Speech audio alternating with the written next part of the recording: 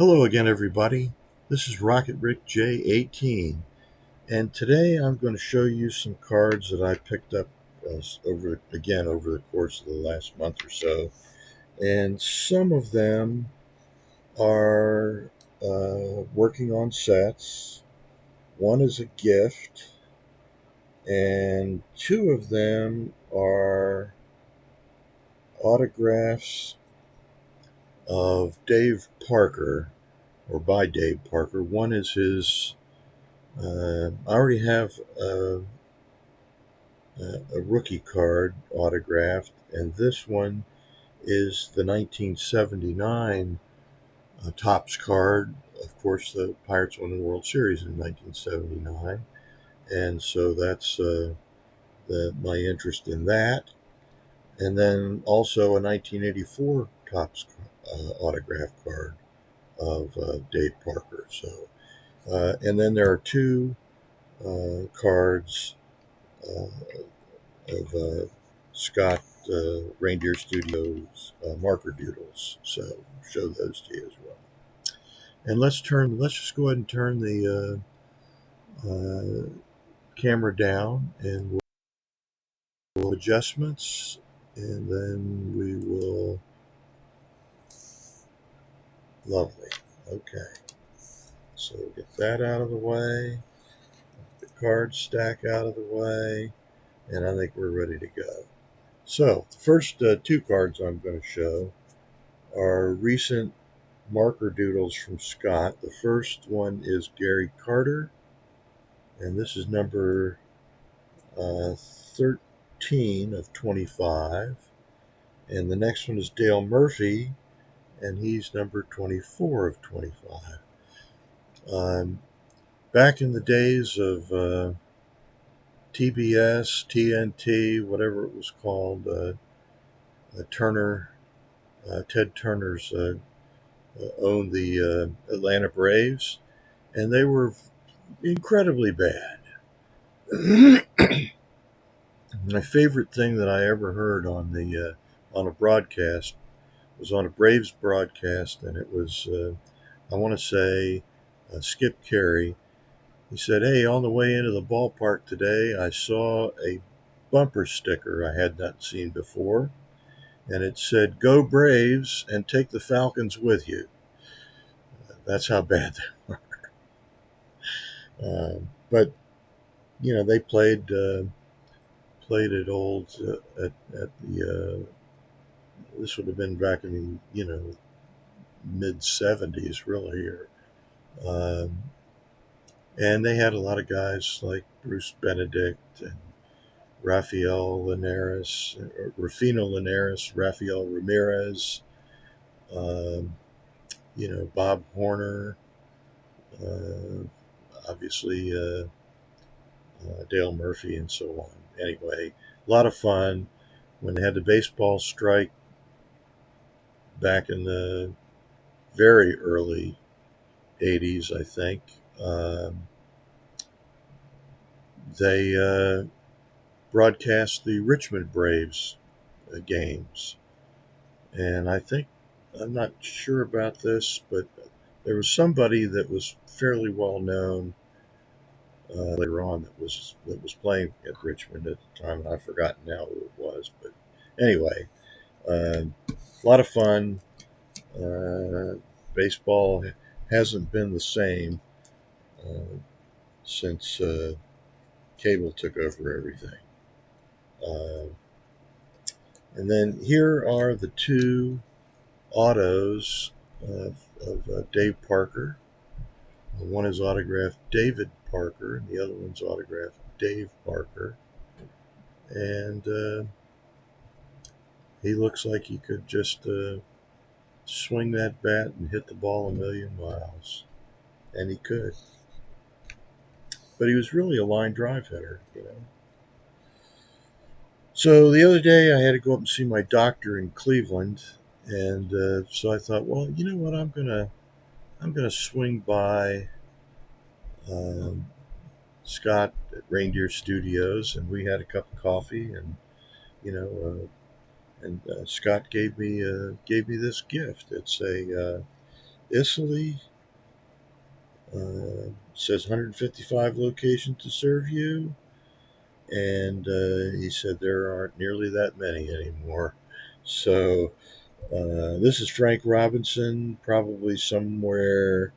I mean, it shows him as a Cleveland Indians infielder, so probably somewhere around 73 or thereabouts. So thanks to Skaght for the custom cards, the marker doodle cards, and for the Frank Robinson. Did not have that, and I love it. So I also got some 7 cards from the baseball scoops set, and I'm going to give them to you in more or less numerical order. So here's the first one: Don Cardwell, Cubs pitches no hit game, card number 410. Dick Groat, National League batting king, uh, named Loops MVP, card number 13. And Beanball ends career of Mickey Cochran, card number 419. So with these 7 cards, I am down to 13 cards to complete this set. So there's I forget exactly how many's in the set, but somewhere close to 80. Here's number 424. Gehrig consecutive game record ends at 2,130 games. Red Schoendienst, the key player in Braves pennant victory. That, of course, was 1970 or 57. Card number 431. Dodgers take series from Sox in 6, and that's Larry Sherry, their later Dodger pitching coach. Gehrig's consecutive game record streak ended May 2nd, 1939, and it was obviously a very sad day. And this was not quite as sad, but still sad. Card number 435, Lou Burdett from, well, it depends on where you draw the line, but he was either from Nitro, West Virginia, or Dunbar, West Virginia, which is down in the Kanawha River Valley, just west of Charleston. And by just west, I mean like, less than 10 miles west. So there's Lou Burdett, hero of the 1957 World Series, notching 3 wins. The next thing I have to show you is not a card, it's a little booklet. And I'm going to put a card next to it so you have an idea of the size. It's about the size of a baseball card, standard baseball card. And it's the 1904 Gillette World Series Record Book Edition. And I thought that was pretty cool, and it was just a couple of bucks. So I went ahead and bought it. And it has, some articles, as you can see there. The World Series section gives you a complete box score of the preceding year's World Series, all-time series roster and records, modern record making series performances, etc. And it was obviously put out by Gillette, which was a big sponsor of baseball games on TV. And I didn't. Of course, I was only 1 year old and a year and a half old when the 1954 World Series came out, and so I don't remember any of those World Series games on TV. But by 1960, which is the first series that I watched on TV, Gillette was the chief sponsor. Look sharp, be sharp, etc. Gillette Blue and Super Blue blades, and later on they came out with stainless steel, and those were all in a safety razor, which is you know ironically named the safety razor since it was only slightly more safe than a straight razor. Uh, anyway, it's more of a blood sacrifice shaving in those days. Continuing on with my 1952 top set, the run from 1 to 310. Here's Philadelphia Athletics Joe Astroth, and Joe was a catcher. Card number 290. And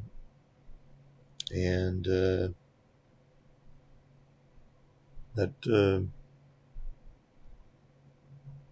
I forget the number that it brings me to, but it's getting down. I think maybe to like less than 10, so it's probably somewhere around 8 now. Joe Astroth in there. What I'd also like to do is continue with outs to some channels that I like to watch and I subscribe to and like to watch. And some of them I don't watch all the time, but I always enjoy when I get have time and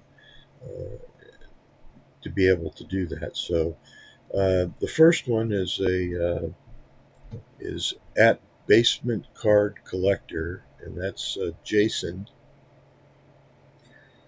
Jason's had a channel, I guess, for really quite a while,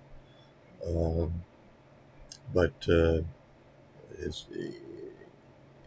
video was the one that I watched most recently was about some pickups that he made at an antique store, and he wasn't looking for anything in particular, but he went in there and found 2 cards that he needed for his 1978 Topps set, and then he also got another card, which was just a nice pickup for him. It was a Topps, I think 1981 scratch off, and it still was pretty much intact. It was he said in a box, a 3,000 count box, and it was the only one of those cards in the box. So he searched that box, came up with this other card that he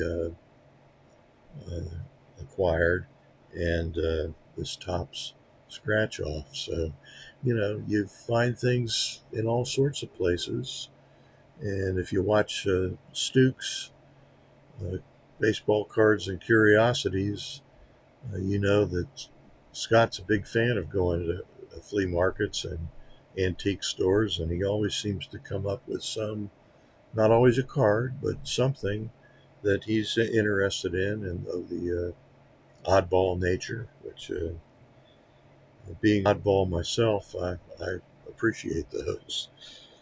The next one is one that you probably know already, too. It's at Big Skaght 35, and that's big spelled B and numeral 1 G Scott. Didn't do anything fancy there. And 35. And Scott was sporting his new clean shaven look. And I really enjoyed the most recent video because the title was Unknown. That was the title, which appealed to me. And I told him, I said, maybe we're just overthinking this a bit too much. That's a great title. So he had some cards to show, and he showed a card that I just showed, which was this Gary Carter, it's Scott's favorite player, uh, Gary Carter's marker Doodle, and I just thought it was really clever. So, congratulations! I'm going to put these, down in the comments section, or not the comments section, but the description, so that if you want to go to any of these channels, as I highly recommend you do, and like and subscribe to the channel, like some of the videos, and keep them on your radar for viewing in the future. And then the third one I'm going to shout out today is known to just about everybody, and that's Chris Sewell at Collector Investor Dealer, in that order. Right? The name of the channel is at Collector Investor Dealer, but he always says in that order. So Chris has an analytic mind, and he is a very uh, thoughtful uh, collector. His videos are always educational, instructive, thoughtful, thought provoking. Uh, and again, I certainly highly recommend that you uh, give his channel a try if you haven't already. It's a great he's a great channel. And he's also gets some investing done. So he's got that aspect of it. If you're into that, I'm not a dealer. Uh, I have never sold a card. I've given some away, and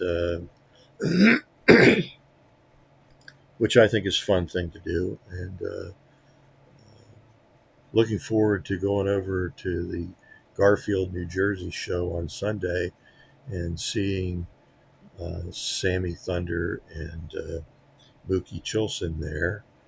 And I watched Sammy's last couple of videos this morning. Um, and although he remembered my name, he didn't remember the name of my channel. So, I'm going to have some fun with that. Anyway, so that's what I have for you today. And as always, this is Rocket Rick J18, wishing all your collecting dreams come true.